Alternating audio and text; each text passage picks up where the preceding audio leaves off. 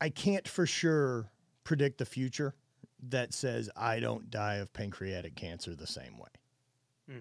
It's one of them. I'm not morbid. I don't believe I'm on a collision course with it, but it is a way that it could all work out.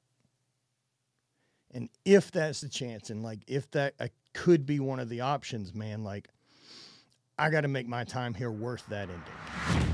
Welcome to the Zero Quit Podcast, where I bring you candid conversations with elite athletes, entrepreneurs, specialists, and other creatives. I'm your host, Covington, and through these dialogues, you will hear powerful stories and practical advice that will help you live a more active and intentional life. If you enjoy the show, be sure to subscribe and share it with a friend. What's going on, guys? Welcome to another episode of the Zero Quit Podcast. Today, I have the pleasure of speaking with Mr. Matt Vincent. He's an entrepreneur, athlete, 2-time Highland Games World Champion, and owner of Not Dead Yet, formerly known as HVIII Brand Goods. What's going on, brother? What's up, man? How are you? It's been a pleasure, dude. I'm sorry this has been a cluster trying to get me locked down. No, dude, busy man, and always worthwhile to have a good conversation. So, no, it doesn't matter to me at all. First thing I want to ask you too is about that old car you got. I don't know if it's technically like a muscle car, but what's the story with that? So I don't think it's technically a muscle car. So it's a 1964 Chevy El Camino. Okay. And so I picked it up a few years back. I've always wanted an El Camino. I really dig them. I think they're ridiculous, and no one else is really into them. Yeah. And relatively useful day-to-day life. I can still run errands and have this truck pick up, and fun car. And so I really hadn't started looking, and then Bonnie's dad's brother-in-law, something like that, had one and was interested to part with it. So I picked it up for like $8,000. Yeah, not bad. And it runs and drives and all that. It's got its issues because it's a 1964. Of course. So I just got it back out from the jump, though? Do what? Was it in good condition from the jump, though? I mean, good condition that it ran and drove. Relatively. Yeah. Yeah. Okay. I mean, hit or miss on some stuff. Like, working windshield wipers are pretty cool. And we didn't have those. Like the windows don't roll up and down. The doors don't lock. None of the gauges really work, but starts and gets from point A to point B, and the brakes kind of work. Yeah, and there's beauty in the imperfections, right? And there's beauty in something that's lasted that long. Yeah, so I dig it. I dig it. Like, if I'm looking at like the types of characters and people that I'm inspired by, right? Like there is this kind of overall sense of not fitting in. 100%. Yeah. I mean, it could just be another ding-dong driving a sports car. And I was going to say, not to cut you off, but I mean, we see that a lot with content creation. I mean, you certainly stand out as someone who creates authentic content that, is derived solely from your thoughts, your energy, your vibes. And I try and do the same as well. And I think that, we see it all the time, especially the fitness industry is like the perfect example of this, where you have so many copycats and almost just reflections of each other of the same image, where people, posting the same content or trying to keep up with the Joneses, follow the trends, follow the reels. And, as much as those work in the time, as much as, a Lamborghini, Gallardo, whatever it is, looks awesome now, 50 years from now, are people going to be like hoping to drive that the same way they're driving an El Camino, I mean, don't get me wrong, driving a Lamborghini is super fucking fun. Oh, yeah. Oh, yeah. However, driving a Lamborghini every single day, it eventually becomes a car. Yeah, it all becomes relative, right? Yeah, it all becomes relative, right? And I know for me, like driving this old car and leaning more into the things that have always kind of turned me on, right? Like instead of following those Joneses, instead of following a little bit of the look at me or whatever that is. And even if it's not look at me, right? Like, that ain't my vibe. Yeah. Yeah. I mean, go ahead. I am into this. Oh man, it's just fucking cool. It's a fucking cool old car. Like it has spirit to it, and like it kind of is a pain in the ass. And you have to be present driving it. And it's a process to work on it. Like I've gotten real enjoyment out of all the things I've really got to build and create. And whether that started with my original garage gym, or it's been the brand, or it's been podcasting, and those are all lovely. And I'm so proud of them. But creating something like that's a physical thing. Different. Yeah. It's different. And it gives me a different response. And I know how much that I need some type of a project like that. Yeah. Yeah. I mainly asked because my grandfather, he owns a, just like an almost mint condition, red 57 Chevy. And so he's, I'm like not a car guy at all, but I have an appreciation for that. And I, see him loving it, working on it. And it was a car, it was like his first car, back in the 50s and 60s. And he eventually was able to buy like one from someone else, got a decent deal back in like the mid 2000s and has had it ever since. Doesn't drive it, but maybe like once a year. But to your point, loves just fixing it up, the appreciation for it. And I can almost relate it to, the idea that we have, conveniences nowadays where whether it's, and I know you're a coffee enthusiast as well, we have Keurigs that we can just press a button and get coffee, but there is a value and a power in the process and working for something and the effort that goes into and the imperfection that goes into a pour over or French press or something that has to be manually done, right? For sure, right? And I also think there's a lot that can come from, I mean, you can kind of treat anything as meditation, right? And I think we're so distracted and we're so pulled so many different ways right now that we don't focus very well. We don't sit and be present. We don't have that minute to kind of clear our heads and free our thoughts. I mean, how many people are pouring coffee while scrolling on their phone at bullshit, or drinking coffee and scrolling on their phone at stuff? And man, I'm not great at it, but these are things I'm looking to improve. I know that the best version of me isn't doing that. If I was watching third person, like, fuck, stop doing that. And so taking some time in the morning to have the extra 2 or 3 minutes to do a pour over and like try to give a shit about it and like have the meditation of it, of trying to make it as good of a cup of coffee as you possibly can. Yeah. There's something to that moment. There is. And I heard it recently on a podcast that Lex Friedman did with Sam Harris, where he put it really well, where there's this tension between being and becoming. And we're always fixated on like the becoming and the next thing and, the future work we have to do or the next business venture, whatever it is. But we're not going to, we can't live in the future. We can't live in that becoming. We can only be. We can only be in that moment. And, I think that's something that you really push forward, is not looking at life too much, because life, you can't really predict it so much in years from now. I know you've had big phases of your life where you look 3 years, 2 years down the road, be like, I had no expectations for that at all. And I'm the same way. Like 3 years ago, I would have been like, running absolutely sucks balls. I hate it. Same. It's stupid. I would have never opened a gym, whatever it is. And then years from now, it's like, wow, I opened a gym in a pandemic. I ran a 50-mile race, and I'm looking at myself like, this is a completely different person than the person that was only bodybuilding and strength training and had that kind of fixed perspective on the world. And so I think one thing that you really push that maybe you can expand on is the idea of looking at life as, hey, I'm done, trying to put these expectations on where I'm going to be 5 years from now. I'm just going to look at my life from a day perspective or a week perspective and trying to make the most out of this day, this moment, this week. Yeah. So trying to live more in that present tense, right? Like a lot of that came from me when I had that, I don't know, midlife awareness, if you will, that when my father passed away in 2014, he died of pancreatic cancer and died at 62 the day before my birthday. And I had turned 31 the following day. And I kind of looked at that as if I was halfway through my life. And if I am halfway through my life, what am I really doing with my time? Am I spending it in obligation to these ideas of what happiness is supposed to be and what success is supposed to look like and what other expectations that have been put on me, or just the experiences that I grew up around changed my thinking to be this? Or am I chasing something that I really give a shit about? Because I know that I feel the best when I'm chasing the things I give a shit about. And so I want to spend my life doing that. I want to spend my life chasing those things I give a shit about, and those things are going to come and go, right? Like I got to chase and do the Highland Games thing, but then that time came to an end. And it came to an end for me pretty abruptly with injury, and probably was a real benefit, because otherwise I don't know when I would have decided this is enough. Kind of just dragged you out of the water. Didn't give you a chance to ease out, right? Right. Yeah. And so, upon looking at that and thinking more about it, how many people never end a thing by choice?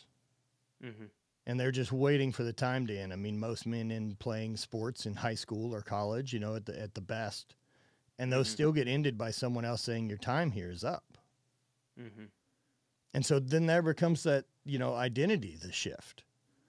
And especially when you've leaned into something and as an adult and done it for so long, man, getting the identity to kick back over to what do you want to do next instead of what was I is really tough. And we don't do anything to learn about that. We don't talk about it, right? Because, I mean, we see it across the board, right? This isn't any different than people who have kids right out of college and go straight from the identity of student to parent. Yeah. That as soon as the kids leave the house, they don't know who the fuck they are.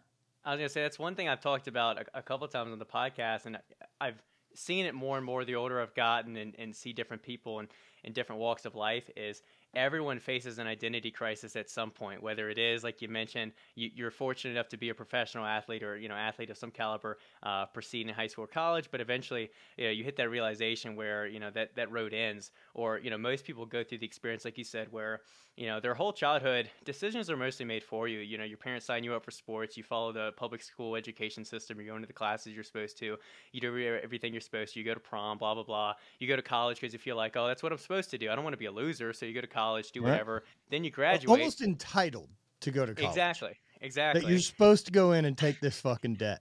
It's goddamn incredible to me that this is a thing we operate with. Yeah, we have the expectation that, oh, everyone has to take on $100,000 in debt. That's a whole other thing. But we all get to that question, like you mentioned, where we go, what now? What next? And that's where people are like just lost. And if you don't already kind of start that transition period or start thinking about what you want rather than what other people want for you, if you don't already start thinking about that, you're going to get like punched in the face when that abrupt moment comes to you before you're ready for it. Or you'll just decide to never listen to it. That's right. Yeah, you just follow the path that you'll just say, nope, this is what we're doing. We're in it for the duration. Yeah. Yeah, you kind of get locked in that maze. That one wasn't for me, man. Yeah, I could just see that both paths end the same way. Like, I still just get old and die.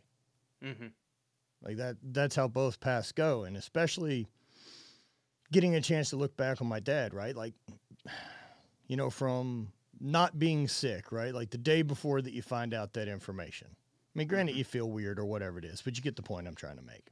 Yeah. He's just my normal dad. Does all the things my normal dad does. The future looks like whatever it was supposed to look like. And then the next day essentially starts this collision course with 11 months from then that he loses ability, can't physically maintain his body anymore, and dies. Yeah, world immediately changes. Yeah. Right. And so I can't for sure predict the future that says I don't die of pancreatic cancer the same way. It's one of them. I'm not morbid. I don't believe I'm on a collision course with it, but it is a way that it could all work out. And if that's the chase, and if that's the chance, and like if that could be one of the options, man, like I got to make my time here worth that ending. Yeah. That even that is still worth what I got to do while I could do it. I see people just get caught, man. You get caught in that trap. And I believe that it's a big trap that you go to the college thing and you go straight out of high school, you go into college, you take on this debt because that's what you're supposed to do to not become a fucking loser. And then you end up in a job that you don't love, that you can't quit because you have this debt to pay off. And so then the next move and a success for you have, right, is the same people that lent you fucking money for your college that now you're in debt to as basically, you know, just owned. That you need to produce this amount of cash for them at an interest rate while they can print more money. It's like a slave without bonds. It's like a, you know, it's obviously not the same correlation, but as far as a, you know, as a loose analogy, you know, you're financially, you know, a slave to this kind of system and this process that again, absolutely. Kind of incentivizes you to take right, on and this debt, then they give you a house at a higher interest rate the same way that you still owe this money on, right? Like all the time you see it. Gosh, you know, and you can't escape. And you can't escape, and that's and I hate to say that that's the plan, But it seems to be the tool they're using for the capitalism system, right? That like, Yeah. oh, cool. We'll have some that'll escape the education process and figure out how to pay all this money back, and they'll be great. And then we'll have the rest of them that will just fall into having to work. And and most will accept their fate, you know, out of security, out of because their parents did it, and their grandparents did it, and like everyone else is doing it. And you go, well, this is normal. This is what we're supposed to do. I'm not interested in turning my time over that way. Well, one quote that you've referenced in a speech before from Mark Twain is the one that, you know, says, most men die at 27. We just bury them at 72. And I think that ties into the idea, and maybe you can expand on how, you know, you post kind of weekly how many weeks you have left, which of course connects to, you know, your dad's death.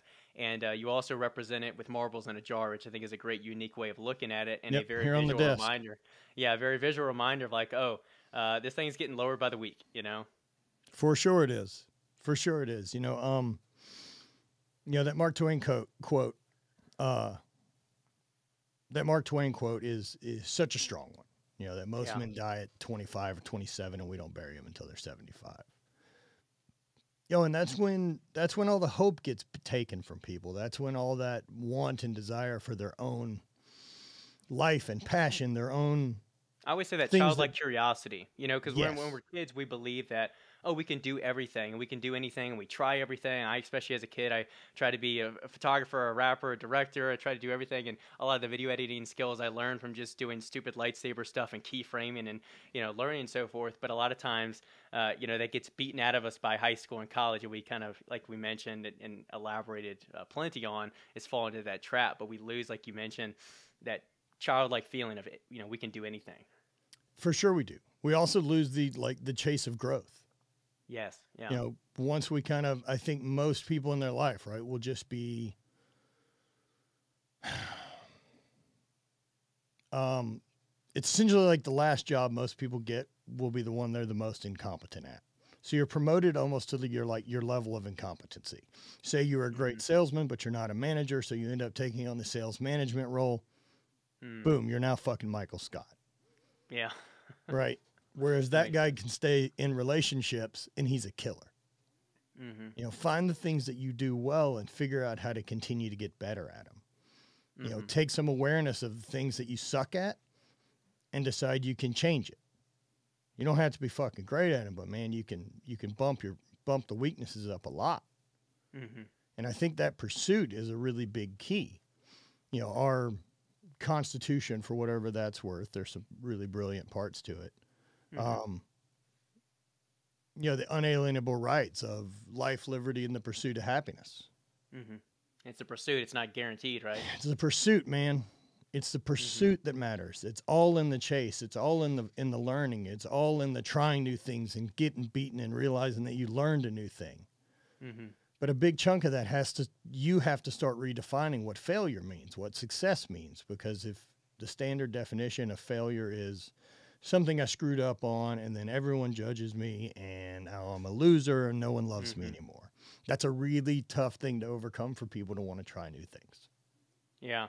Well, one thing I heard recently that I thought puts it really well, and it was centered around the idea of existentialism and that school of thought with philosophy, is the idea that, you know, we purpose is found in possibility and uncertainty, because when people live lives that are, you know, stable, secure, and lacking in possibility, everything's predictable. They know exactly what's going to happen. They wake up, they follow the same routine day after day. They know where they're going to be. They know they're going to climb the corporate ladder over 30, 40 years. Life loses meaning. It loses purpose. It loses unpredictability. It loses excitement. It loses passion. And I think the more times we can, not that everybody should just go and quit their job after listening to this, but the more we can pursue uncertain, some should, the more that we can take a risk on a business, take a risk on, you know, doing some hard competition, whether it's a Highland Games, powerlifting competition, ultra endurance, whatever it is, get out of your comfort zone. The more you can kind of find purpose, ignite that, you know, passion, that fervor, that enthusiasm about life. So find out more about yourself. I think there's a big chunk of it, right? Like through that pursuit, that our brains get really bored. And this is, you know, this is the feature that separates us from everything else, really, is our ability to have consciousness and awareness and all those type of things. And so evolutionary wise, we've been built for so long to pinpoint out negatives and problems because they'll kill us. Mm-hmm. It's really only been within like the last couple 100 years, really, maybe even 100 years, that we don't have to operate like that at fight or flight all the time. Yeah. So we get a chance to start looking at some existential things. But purpose is found in like providing value, and purpose is found in being part of community, and purpose is found in all of those things. And we've eliminated a lot of that. Mm-hmm. And so finding that ability to want to get better, like your brain needs problems to solve. And if you don't decide to choose the problems to give it, it's going to choose and find whatever it can make a problem. Mm-hmm. And a lot of these will just end up on the non-controllable things in your life. Whereas if you can focus in on the controllable aspects about, you know, if I can become more valuable because I know more things. I can become more valuable because I understand things better. I can become more valuable because I'm a better communicator. I can become more valuable because of whatever aspect you want to improve on yourself to be more valuable to your community. But you have to find your community. Mm-hmm. That's where we're at now. Like we've become so anonymous with how big things are and how easily we can access everyone that it's tough to feel valuable in a certain community. Yeah, it is funny how like the more access we have, the broader connection we have to everyone and everything, like the less connected we really are, especially in like a local thing. As you mentioned, you know, as civilization for the longest time, you know everyone in your small town, families were more closer knit and more localized, and yeah, like we do really lose that sense of tribe, and It's new. It's really, really new, man. It's changing fast too. It's really new. And I don't think, because we have such short-term memory that like World War II seems like a really long time ago, like ancient history, because essentially nobody alive was there. Mm-hmm. But it's right around the corner, right? But we don't have anyone who's like had a full lifetime while technology's really been available. Yeah. You know, no one born in the 80s is 100 yet. Mm-hmm. And so as this continues, right, like we'll have less connection back to the way it was. However, this isn't global. There's plenty of places that are still kind of developing countries where they still have community and they still have all these type of things. And the places I've traveled to seem happier than us. I was going to say this might be the perfect time to shoe in your trip to Uganda and ask about your takeaway and your experience working with Justin Wren out there and that whole experience. Justin's an incredible guy, first and foremost. And what he did with Fight for the Forgotten and the little bit that I got to see in the 10 days I've been there versus the 12 years that he's been going back and really doing work. I got to see one water well that got put in, and I got to see the Batwa community where in Karambi they had turned over 50 acres to this community of 165 people, I believe.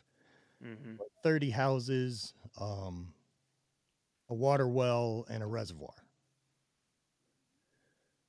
And, you know, man, I've never impacted change in anyone's life like that. Yeah. You know, that's base hierarchy of needs. That's clean water and a place to go inside, you know, that you can't be attacked.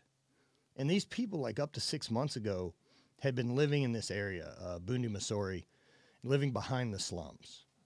And they were there for 17 years, man. And like, trying to put that in perspective, like think about the last 17 years of your life and think about how informative that was on what you believe you are.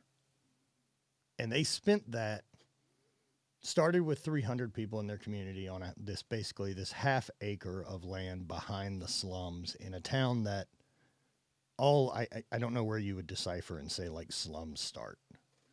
It's just so underdeveloped, and I'm not trying to shit on it, but there's no resources. Yeah. Right. Like this whole town, right? Like nobody comes to pick up trash. Yeah. Right. So everyone just burns their stuff. Granted, there's a lot less trash because there aren't deliveries of Amazon shit being brought every single day. Yeah. Less cardboard, less plastic. So they also use their stuff to the fullest. And so the Batwa, these pygmy people from the forest, after they got kicked out of the forest, their ancestral home where they had spent forever. And there's elders in this group. Like some of the people I met were like in their 80s. Mm-hmm. And so figure it's 60, right? You're at 60 and your life gets ousted from living in the forest in your natural habitat as a hunter-gatherer to now living behind the slums in this city in mud brick homes and dirt floors, crammed like 30 people into a building. They don't have doors like on their homes, so it's just like a curtain. Mm-hmm. And so one of the things they deal with, right, like as they said, the locals disturb them at night is how they referred to it. Mm-hmm. What they mean is the locals would come in and rape them because somebody told them that it would cure HIV, or they would take one of the kids and do some bloodletting to drink their blood because that would cure HIV. Like that's shit that they've dealt with for the last 17 years of life. Mm-hmm. You know, even imagine like from 60 to 80, that's what life was. So when you're coming back, I mean, obviously when you're seeing those intense, especially just horrid conditions for the most part, and daily experiences and lifestyle, especially from where we exist in the world, how do you try and encapsulate that experience and try and, I don't know, obviously you work to spread awareness, but how do you try and make sure you take that perspective back home and try and hold on to it as long as you can? Because obviously those memories, you know, they become faint over time, but you still want to have that heightened appreciation for what we have and put everything into the right context. You know, one of the reasons I travel is because I love the shape it does to me. I love how it shifts my perspective. Yeah. In a literal sense, because I'm on a different place on Earth, and the, you know, internal sense of being able to just see things with more information and actually have an experience to form an opinion on. Going over there, I very specifically remember one night was pretty spent after we had done this celebration of handing over a water well to a local community of probably 1,000 people. Mm-hmm. These are now people that like don't have to do this 3-hour, couple thousand feet worth of elevation hike every day to get water. I was going to say, so not to interject on your story, but what is the process of getting them water? Is it basically trying to bring a more accessible solution and connector from the reservoir down to the village? Or how does it work? So I saw you guys carrying so there's no infrastructure. Mm-hmm. Just none. And so they're also up on this mountainside. So you have to survey the land to figure out where you could actually put a well. And then so there's wells, and then there's something I always just call it a well. Like it's got a pump handle, but they're called borehole. And so they'll dig there and hopefully find clean water. It just may take a week worth of digging. Okay. So they're basically digging deep to find some kind of water source that's deep underground and then extract the water up there. Okay. And that's what you guys are kind of helping do. Yeah. So that's what Fight for the Forgotten's like main goal is. Mm-hmm. Is getting accessible water to people who don't have it. Yeah. And so before this, which was like they've had this borehole in place for 2 weeks, like this community has a 2-hour a day water walk. I mean, look, in a survival scenario, right? Like if things shut off right now and everyone in our country had to do a 2-hour walk to get water for the day, what percentage of our population do we lose? Yeah. A lot. That'll be enough to kill most people. Yeah, I know. Yeah. And so laying there in bed one night, you know, we're staying in one of the houses that they've got. And so it's a very simple 10 by 30 concrete building with no windows, bars on the windows and shutters because, well, now they're stoked to feel safe that people can't come in their fucking homes. And I'm laying there and I realize this is probably the closest I'll ever stay to a prison cell. You know, and this is the most luxury that these people have ever known. They're super grateful for it. And like, man, I'm laying in bed listening to them just party and celebrate together. The hard thing is to try and relay to people that these existences happen concurrently at the same time. Yeah, I knew it did, but it's not the same as being there. Exactly. It's different from seeing, like, I can envision it. I see it on videos, so forth. I see the content you and Justin post. but it's not something I can really fully understand until I'm there. But it's just crazy. You can't add the time factor the right way until you're there. Yeah. It's just And hard to believe like, that. Yeah, that you have someone waking up in silk sheets in Beverly Hills, whatever. They're, getting driven somewhere. And of course, that's an extreme. But even like, I'll say your life or my life. We have very conveniences. We have grocery stores. We have a great home, great opportunities, opportunity for economic mobility and so forth. And then, somewhere else at the exact same time, they don't have a chance.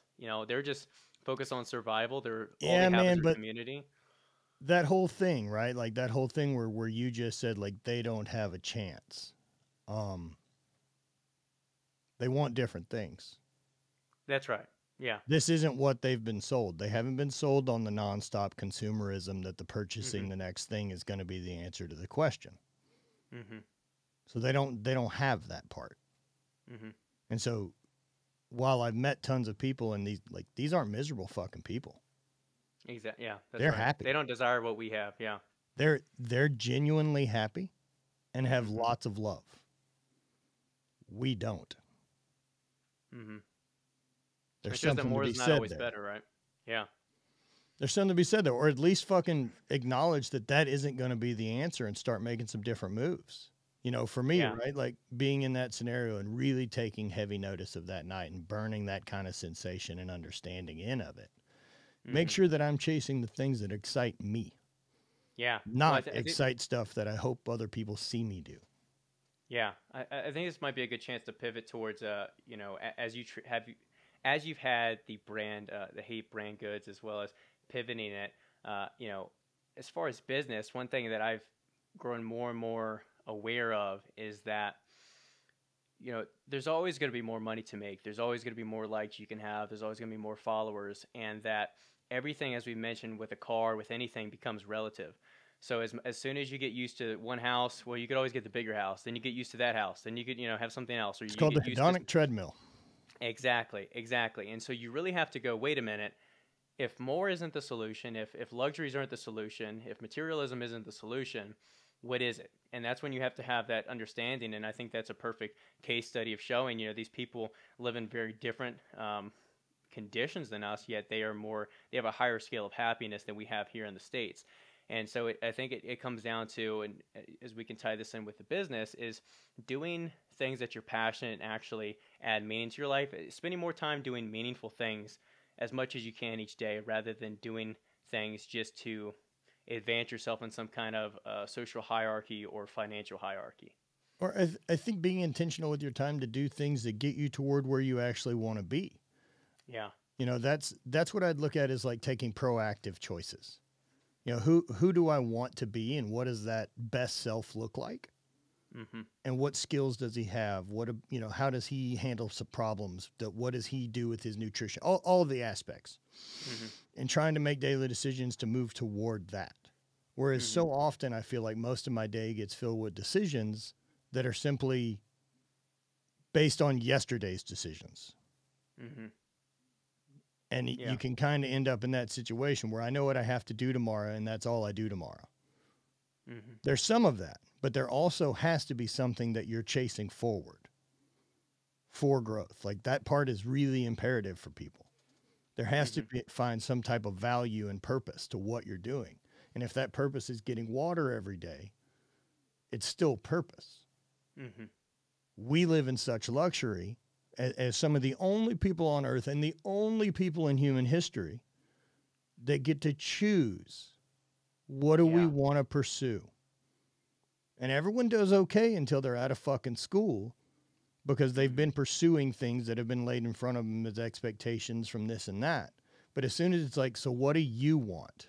And people go, Well, and what does choice bring? Choice brings anxiety, right? Yeah, especially if you've already backed yourself into a hole, right? Yeah. That you get to 30 and have that moment of realization of like, what the fuck am I doing in my life? And I've already got 2 kids. I've already got a job, and I've already got $500,000 in debt. Yeah. They got you. They do got you.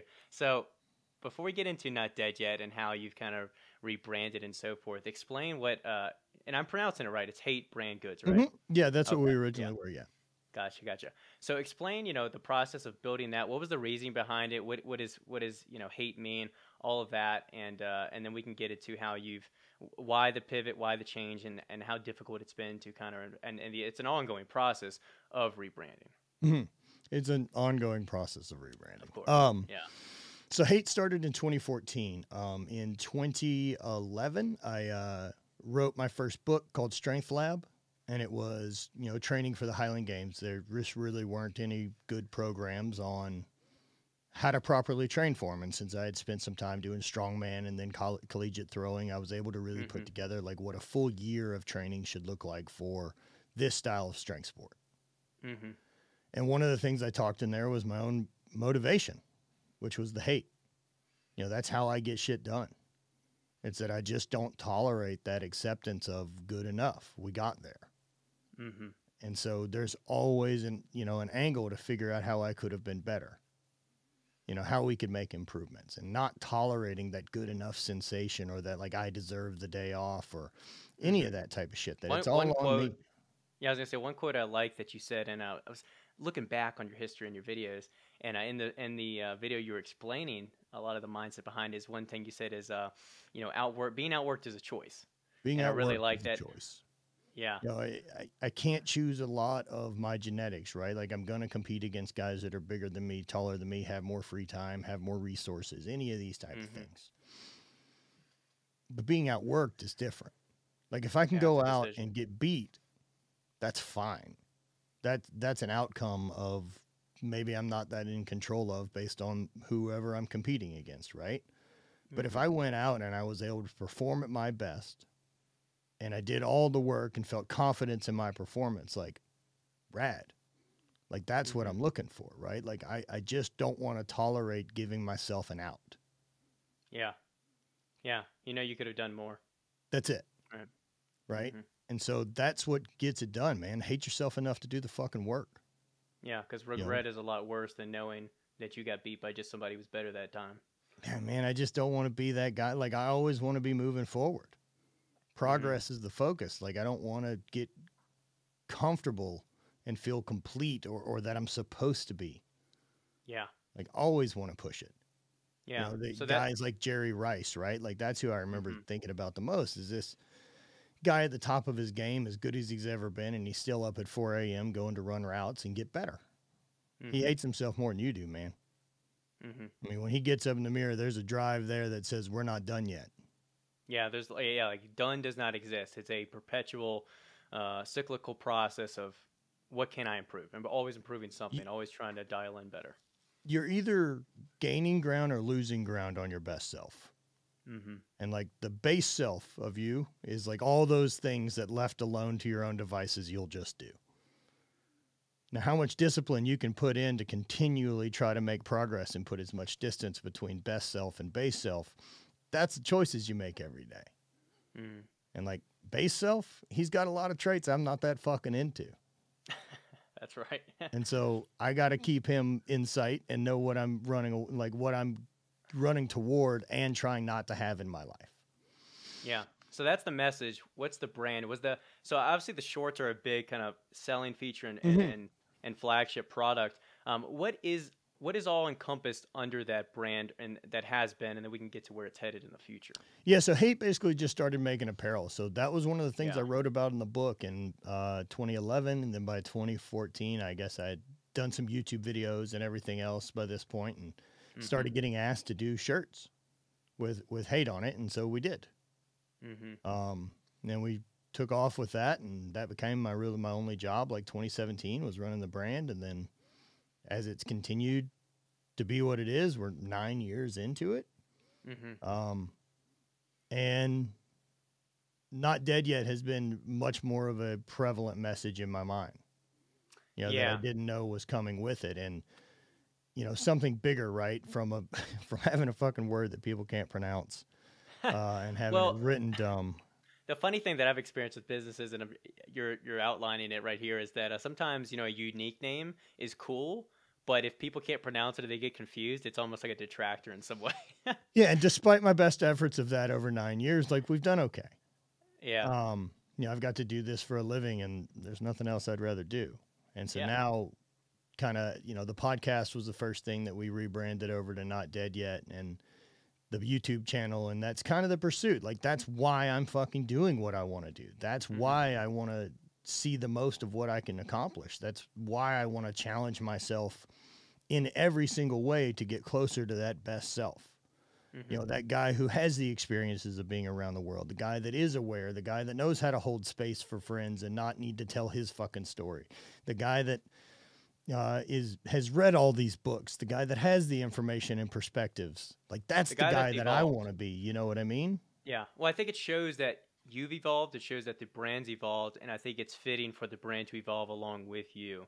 You know, and I think Not Dead Yet is a continuation of that message, and it's, you know, it really shows a kind of growth period from, you know, within the brand to something even greater, an even bigger message, and even bigger just pursuit and mentality to share with others.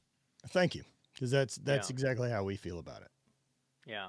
So with the rebrand, what was and has been the strategy with it?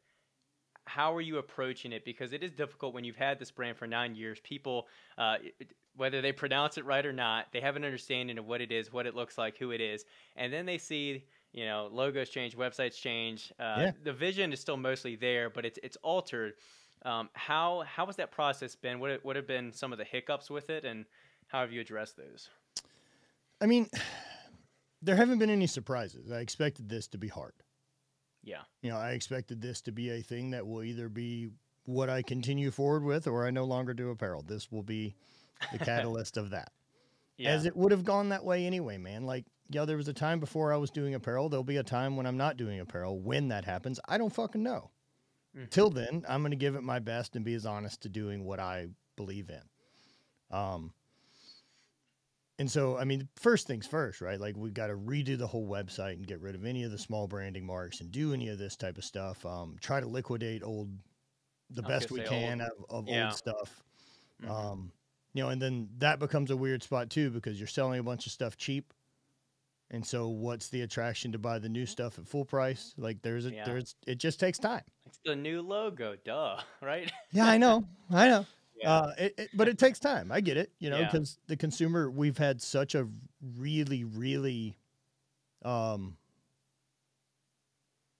consumer group.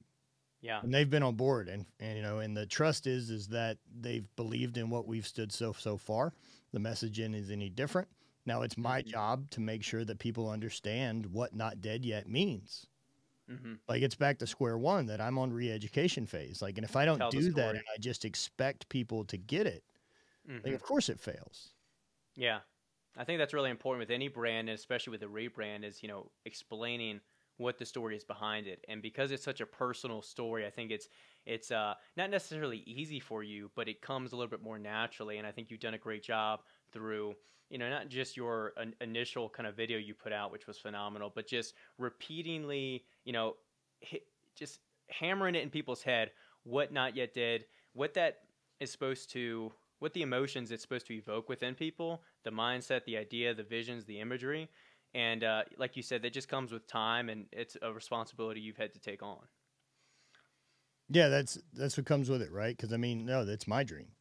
You know, expecting someone else to fucking get it or buy into it if I'm not going to do all the work, like, that's fucking crazy. Yeah.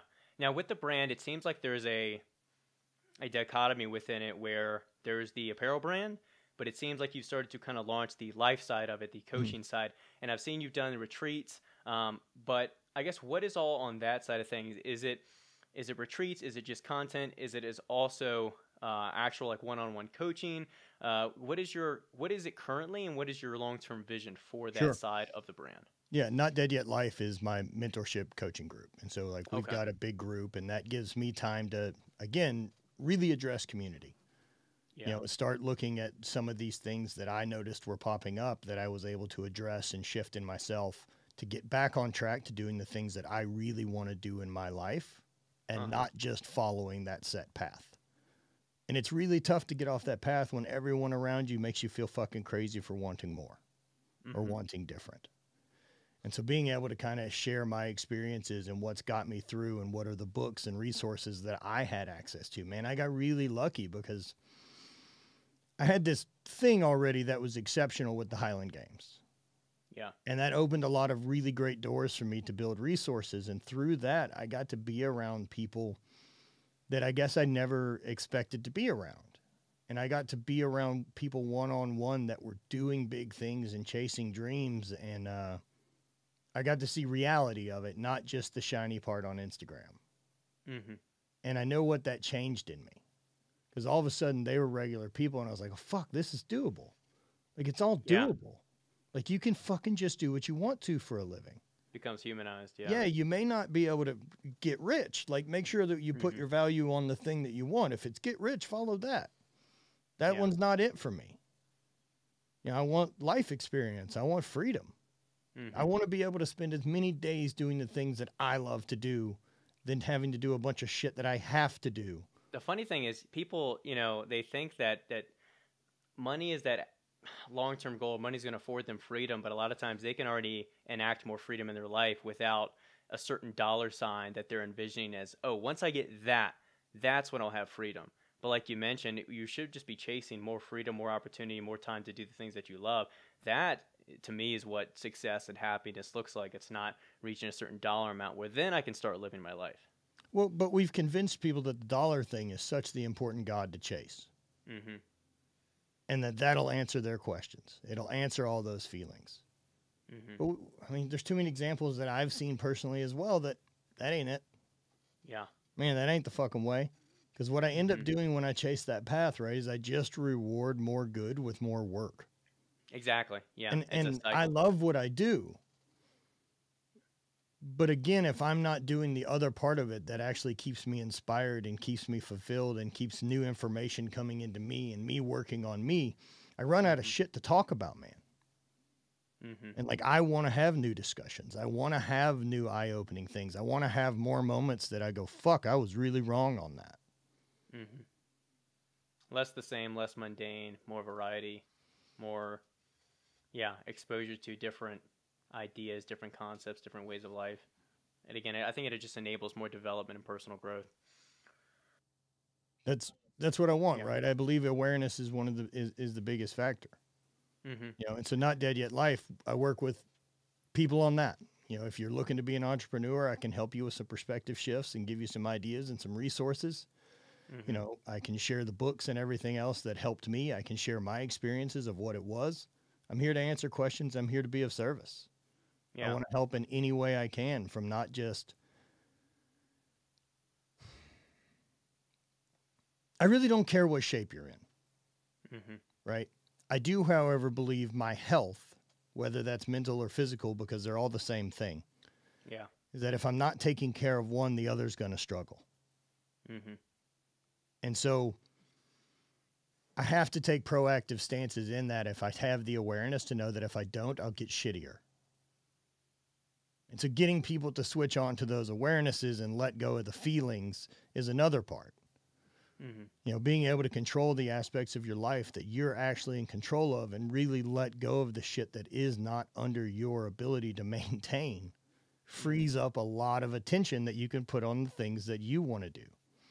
Like having an opinion about what people say at the water cooler. What a waste of fucking energy. You know, me giving 2% of the energy I have today to yell at some guy in traffic who's never seen my car. Right, because he cut me off or any of this. Like, no fucking way I'm choosing to give that guy my energy. You know, realizing if I wake up and I'm a little too spun up or any of this thing, I've got tools to get in my journal and be able to slow down and communicate with myself.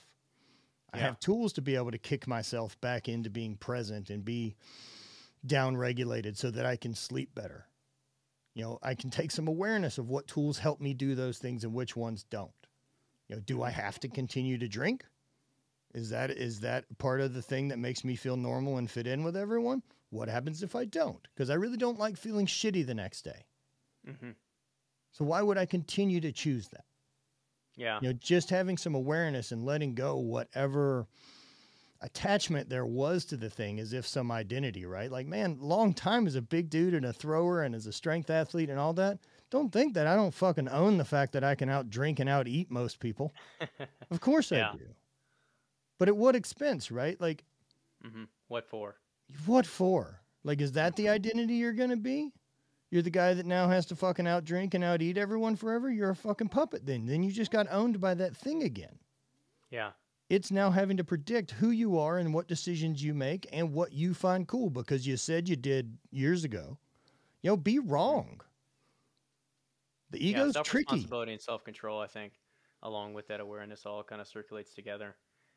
Peeling back some of those layers that kind of shaped your view on the world and how you do things, what are some of the non-negotiables that you set in your daily life, your weekly routines? Because I know journaling's a big thing for you. I know, you incorporate the cold plunge a lot as well in your routine. Obviously, you exercise daily as well. What are some of those key elements that that, hey, if I make sure I get these done and make sure these happen no matter what, I'm going to be able to thrive? For sure. Journaling's probably been the biggest. Mm-hmm. And really all that is me getting to communicate with myself. This also allows me to get out of my head, which tends up being more spun up, put something on paper. It becomes more physical. I can be more objectionable about the things I'm writing. I can look at it through a different lens. And then I'm able to make some decisions based on it to decide what actions I want to take to either eliminate it or have more of it. Mm-hmm. So the journaling has been probably the biggest thing I've done for myself. It also really allows me to flesh out ideas and figure out a better way to communicate because I'm writing it, I'm learning it, I'm saying it again. All of this allows me to defend myself in arguments better because I can communicate. And not even defend myself in arguments, but it allows me to make sure that I'm more impeccable with my word.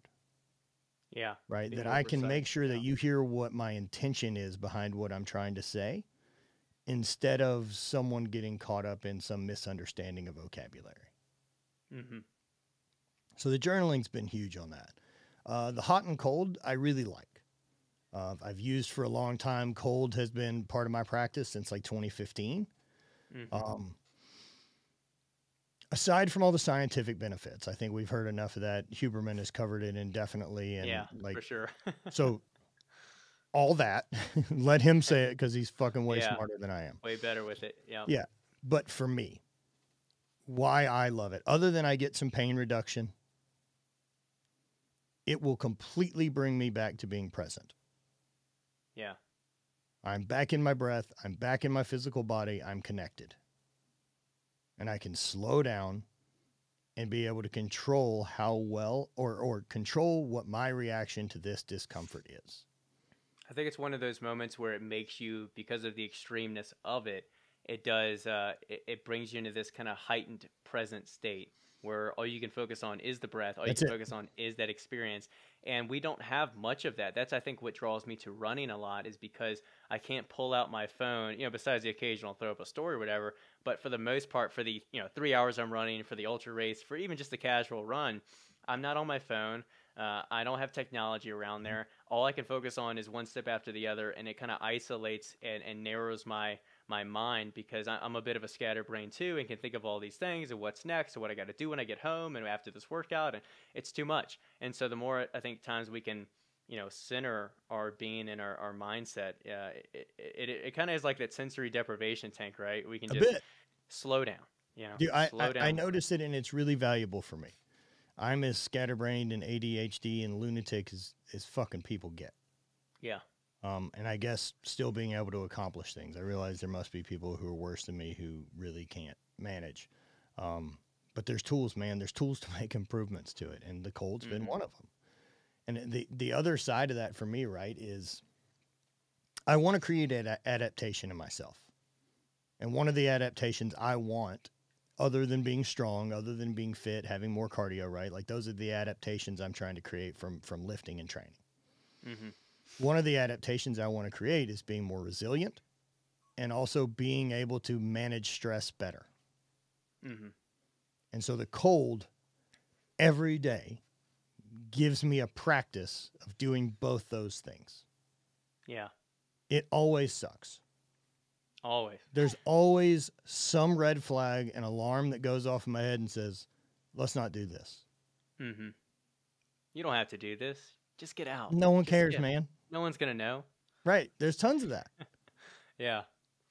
But again, does my best self get in there? Yeah, he does. Yeah, every time. And so I'm in full control of this one, right? There's so many things throughout my day that I may not be in control of. Mm-hmm. But this one, I got 3 minutes. I can't ever pretend I don't. Mm-hmm. Yeah. And if it's 3 minutes that improves me and requires me to just sit still, fuck, I can't get beat by that one. No. I want to dig more into that journaling thing, because it's something that, I keep a bullet journal, but it's always been for years for me more of a planner. As much as I will use a digital calendar and reminders on my phone, there is something special about, writing certain things down, and especially with handling a lot of the freelance and client work I do, keeping track of that just visually helps me. But I haven't gotten deep into journaling. Maybe it's because I haven't found the exact strategy for me. But I wonder if you can expand and share, what is your strategy with it? Because I think my fear of people doing, or not my fear, but I think the problem that people face sometimes with journaling or daily affirmations that they tell themselves is it becomes another box to check. It becomes something that over time, it becomes the sensation, the benefit they get from it becomes dull for some people if they don't do it probably properly. And maybe you could share the difference. So yeah, what are your thoughts on that? So I think if you're journaling and you're starting off, right, like the reason that it continues to work and you continue to get a feeling at it is you get better at it. And you're able to push for different depth and understanding. You're also having less judgment on what you write. I mean, most of the things I journal like aren't legible. Like I'm not going back in to really dig back into it. I just need it out. Yeah, just get it out of your head. Just get it out of there and let it sit. That way, at least I've formed a whole thought about it and got it out. And what started as journaling, like, when people get started, I recommend like find prime prompts, because at least then you've got a target. It's really tough to say someone, hey, let's sketch every day. Right? Like I know that if I sketch every day for a year, like I'll get better at sketching. But it's really tough to say, sit down and sketch something every morning. Whereas if I was to say, take 5 minutes and here on the page, here's an apple, the next page is a zebra, the next page is this, you could get that done. It may not always be beautiful, but you could always get the rep in. And I think there's a big portion of that to getting the reps in, to getting a habit. And so journaling, I look at it like that, like having some actually like self-awareness type of questions to ask yourself. A really simple one that I give people to start like a 30-day process with. I took from Alex Banyan, the guy who wrote The Third Door. It is the 3 things you ask yourself at the end of every day. What brought me joy today or enthusiasm? What stole my energy? And what did I learn? And go into depth on those as much as you need to, but do it in 5 minutes. Right? And do that for a month. And at the end of the month, take your journal and go look at it and try to figure out what trends are. What constantly took my energy? What's draining me? What fulfills me? Is it community? Is it time with my family? Is it when I'm acknowledged for things? Is it when I did something well? You can look at that, right? And you can start pinpointing the things that make you happier. You can then pinpoint the things that are bumming you the fuck out. And the things that are bumming you out, how do you get less of them? Yeah, like a little personal audit. That's see it. What's going on. It's just to build the awareness of what's going on in your life when you may not be paying attention to it. You can be able to say like, man, every time this comes up, I do this. Like I have a flinch or whatever you could call it. Having the awareness of that and then be able to look back at like, well, why did I develop a flinch? Was that something that happened when I was a kid? Like I lost a sporting event, or further down the road could be abuse or whatever, right? But it's being able to actually have some awareness of why my base operating system operates the way it does. Yeah. 'Cause I want to know. Because I think at some point before you have self-awareness, you're just a combination of all the experiences and things that you've had in your life. But the moment that you can see it and realize that you didn't pick a lot of those things, even say your feelings about religion, right? Like whether you're pro or against and how you feel about it came duly to the experiences you had growing up and what you were exposed to. Yeah. You'd feel totally different about that if you were born on a different longitude and latitude. 100%. And so the awareness of like, oh, fuck, so all my feelings built on that are even just from this local environment that I came in. What are the other things out there? And if I'm going to have one, I want to know that I'm picking it because I really believe it's the best for me, that it aligns the most with me, and not because this is what society says is right or wrong. I don't necessarily believe right or wrongs really exist.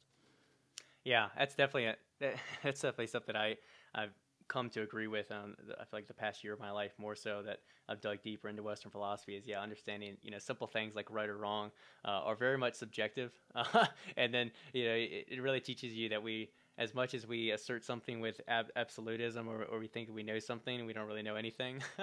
But tying to people what that you speak said, with absolutes, like, it's already a red flag to me. Be like, that guy's a fucking dummy. yeah, it's a good clue into, they really might not know what they're talking about. But I like that you kind of mentioned how I think it's shifting back into something I referenced earlier, is that self-control and their self-responsibility, and knowing that you made the choice to believe in this religion, or you made the choice to choose this job, because sometimes or made the choice to not believe in this religion. Exactly. Sometimes we think we're making a choice, but really the influences around us are what's shaping that choice. And it's hard to fully alleviate us from those influences, but we can at least do the best we can to, again, reflect, journal, and figure out, what made us choose that. Is that the right choice for us, and so forth. And sometimes too, what people don't realize is indecision is also a decision. Like, if you choose indecision, you choose not to make a choice, that is a choice. That's the full side that comes with, like, once you have the self-awareness, right? Like, the big piece that I love teaching and trying to get people to recognize is total accountability. Yeah. Which means that it's all on me from this point forward. That if I stay unhappy, that's because I'm choosing it. And if it's something I'm choosing, it should make us happy. Got one last question for you, and it's a simple but a doozy at the same time. What is your current definition of success? My current definition of success is being able to spend as many of the days of the rest of my life pursuing things that make me happy. I like that. I think that's a good one. That's a good definition. I don't want to operate out of obligation. I don't want to feel that I have to do a thing. I want to know that I'm there by choice. I want to know that and really feel present in those experiences. Yeah, a kind of metaphor that I always try to use, that the more I've said it, the more I've kind of tied it to my own philosophy or brand, is the idea of living in like an active, intentional life. And I think a lot of people exist in the passenger seat. If you imagine a vehicle as your life, and you're getting driven around and you're just in this passenger seat, you don't get to control the music, the AC, where you're going, any of this. You're just sitting there. And a lot of people exist in that realm and in that situation.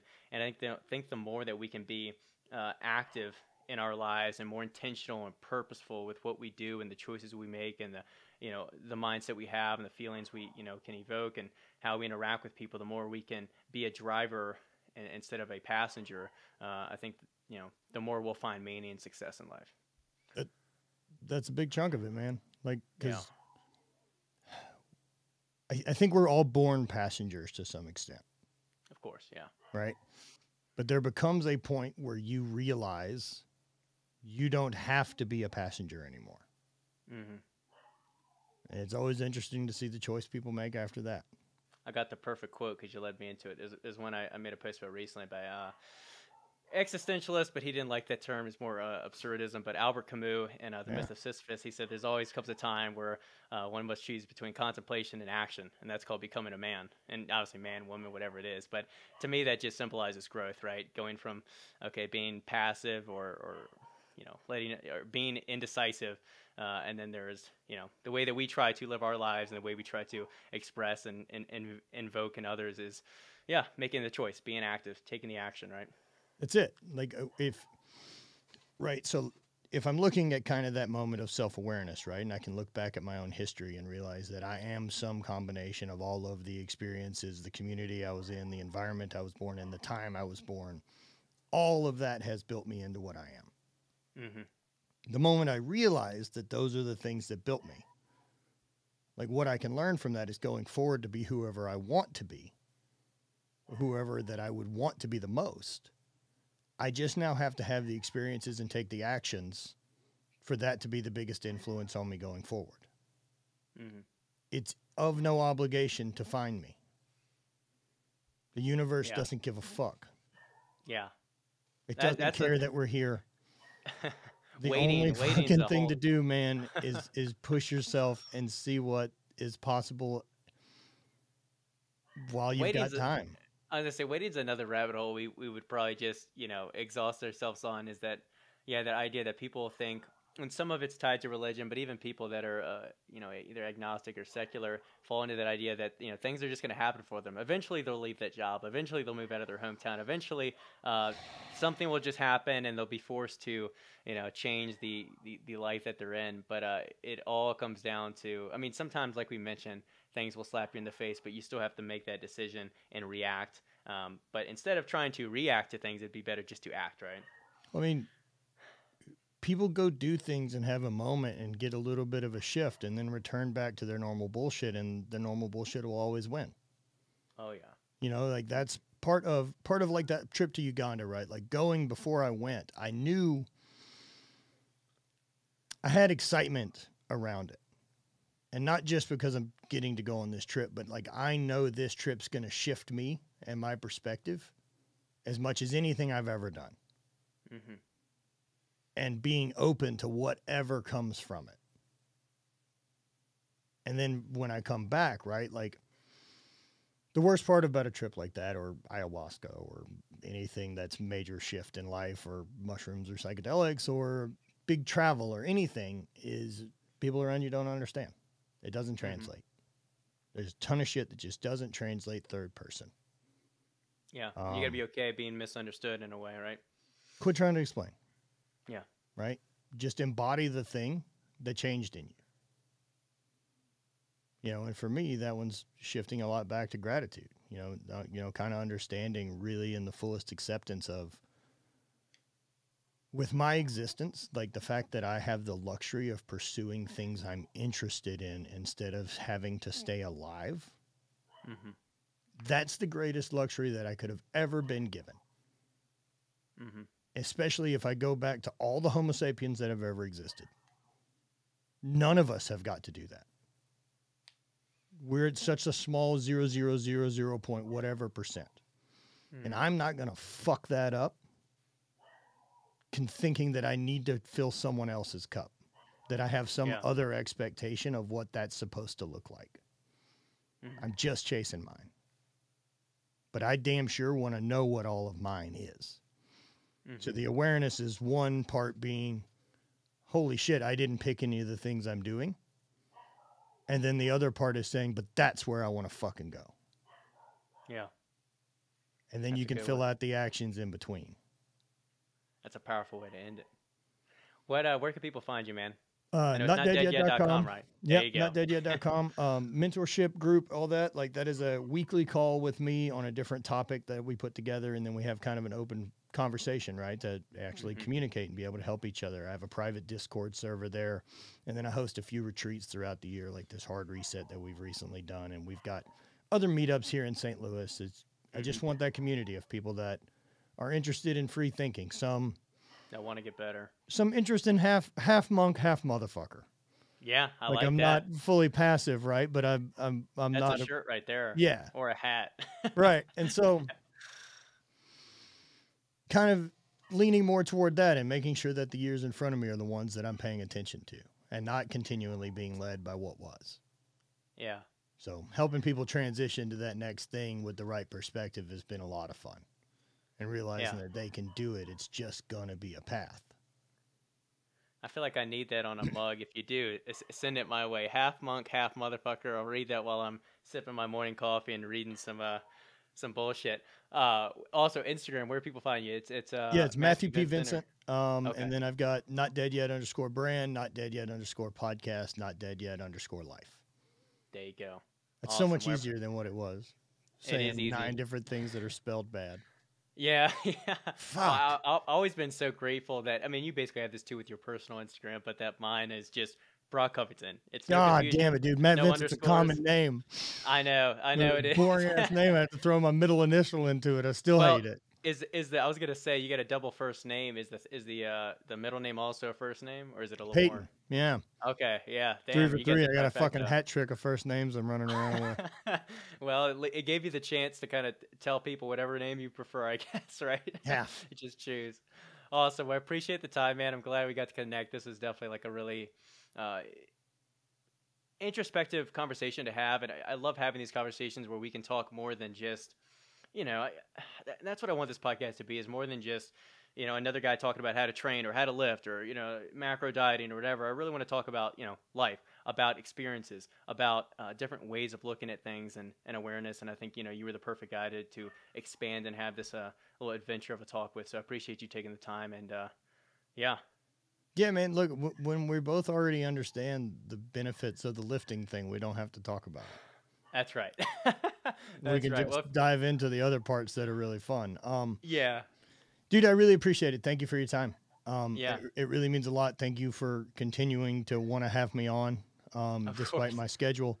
Of course, dude, anytime you ever want to come out to St. Louis, come hang out.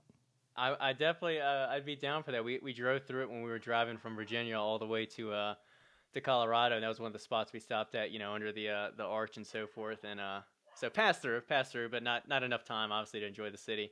But if you guys enjoy the podcast, make sure you check out Matt and all that he's doing there at Not Dead Yet. Share the show. Let us know what you think. And we'll catch you guys in the next one.